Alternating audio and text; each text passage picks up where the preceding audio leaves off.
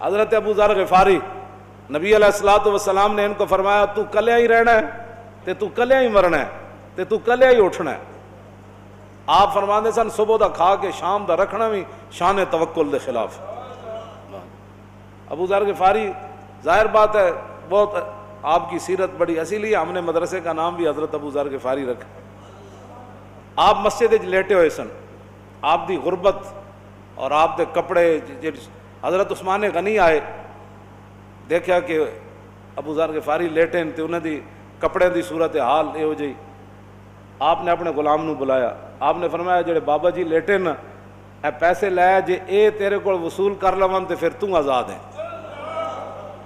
انہیں کہا تو مسئلہ ہی کوئی نہیں, پیسے دی کنوں لوڑ نہیں ہوتی. اور غلام فوراً گیا تے ابو ذر غفاری مسجد نبی شریف میں ستے ہوئے سن تے انہیں اٹھایا. فرمایا ہاں جی. انہوں نے کہا بابا جی ایک بڑا آسان جہا نسخہ ملیا تے اے اگر تسی پیسے قبول کر لو نا تے میری غلامی دی جان چھٹ جائے گی, اے لو پیسے. آپ نے فرمایا یار گل انجے میں پیسے تو تیرے لے لواں لیکن مسئلہ ایک بڑا ہے. انہیں کہا او کی؟ انہیں کہا جی میں تیرے پیسے لے گئے تو تے ہو جائیں گا آزاد تے میں غلام ہو جاؤں. مدینے کی ریاست میں یہ ہوتا ہے.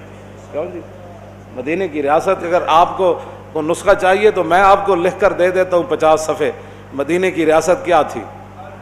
جاسوس آیا رومی, انہیں حضرت عمر نو دیکھا مسجد نبی شریف جدو این صفاں سیدھیاں کیتیاں نا آپ نماز پڑھن تو پہلے تیر دی طرح این صفاں سیدھیاں کیتیاں تو انہیں چیخ مار دیتی.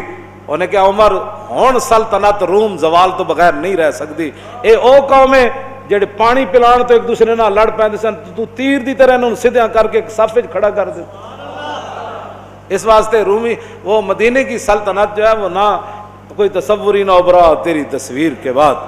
اگر مدینے کی ریاست واقعی بنانا چاہتے ہیں تو پھر ہم آپ کو بتاتے ہیں مدینے کی ریاست کیا ہوتی ہے. مدینے کی ریاست میں پیسے نہیں مانگے جاتے.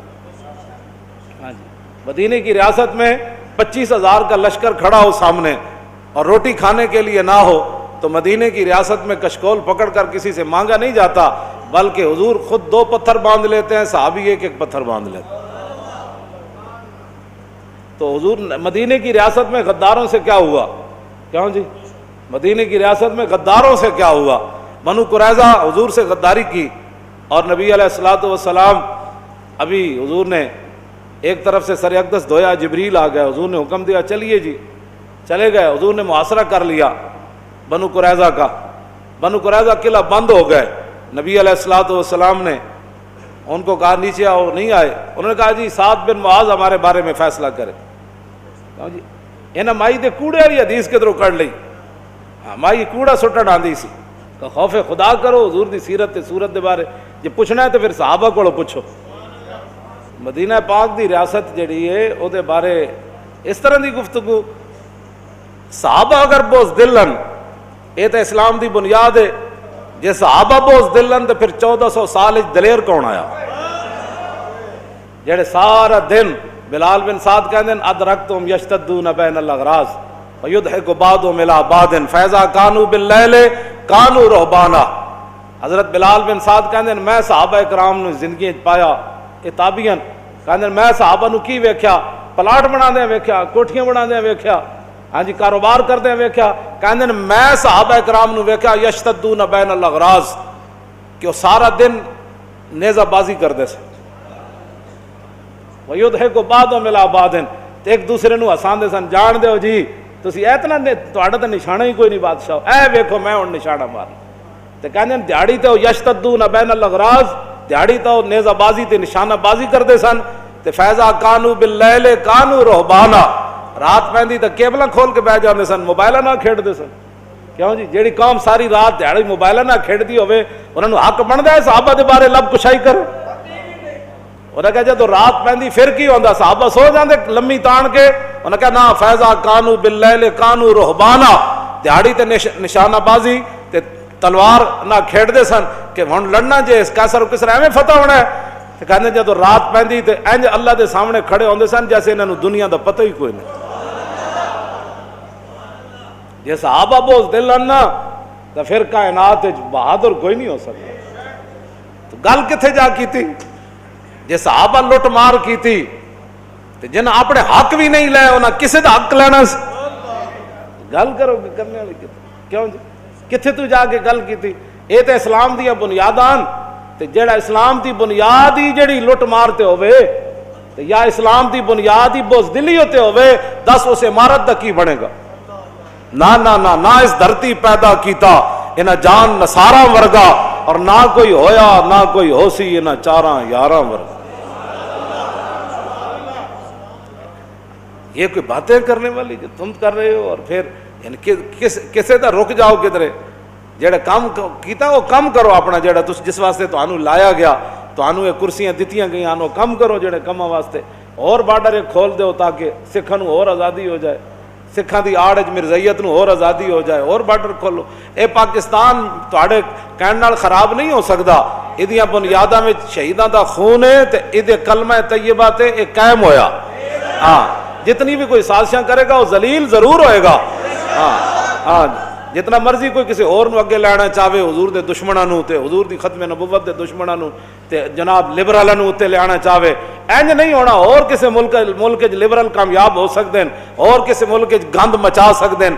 پاکستان حضور دے نام تے بنیا ایتھے رسول ویسے بھی اللہ نے خود ذمہ لیا ورفعنا لک ذکرک، ایتھے اسلام ہی اتنے رہنا ہے، ایتھے ختم نبوت دا انج ہی دفاع ہونا ہے، ایتھے ناموس رسالت دی گل انج ہی ہونی۔ اے تے بڑیا لا الہ الا اللہ۔ پاکستان کا مطلب کیا؟ دستور ریاست کیا ہوگا؟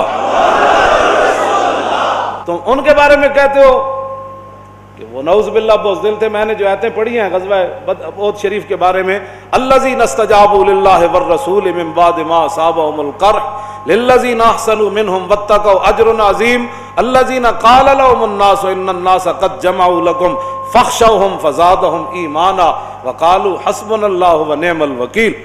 جب صحابہ زخمی ہو گئے میدان احد میں اور شہید ہو گئے، اور ابھی تو انہوں نے پٹیاں بھی نہیں باندھی تھی اپنے زخموں پر، زخم بھی کوئی سوئی نہیں چبھی تھی، ہاں جی زخم یہ نہیں جانے جانا ٹھڈا لگ گیا سی ناخن نو، اوہ ایویں بازو جناب سائیکل تو نہیں سن ڈٹھے یا موٹر سائیکلاں تو، ہاں جی اے کوئی اے زخم نہیں انہوں لگے، انہوں نے تلواراں تے تیراں تے نیزیاں دے زخم لگے تے او زخماں دے خون بہ رہا۔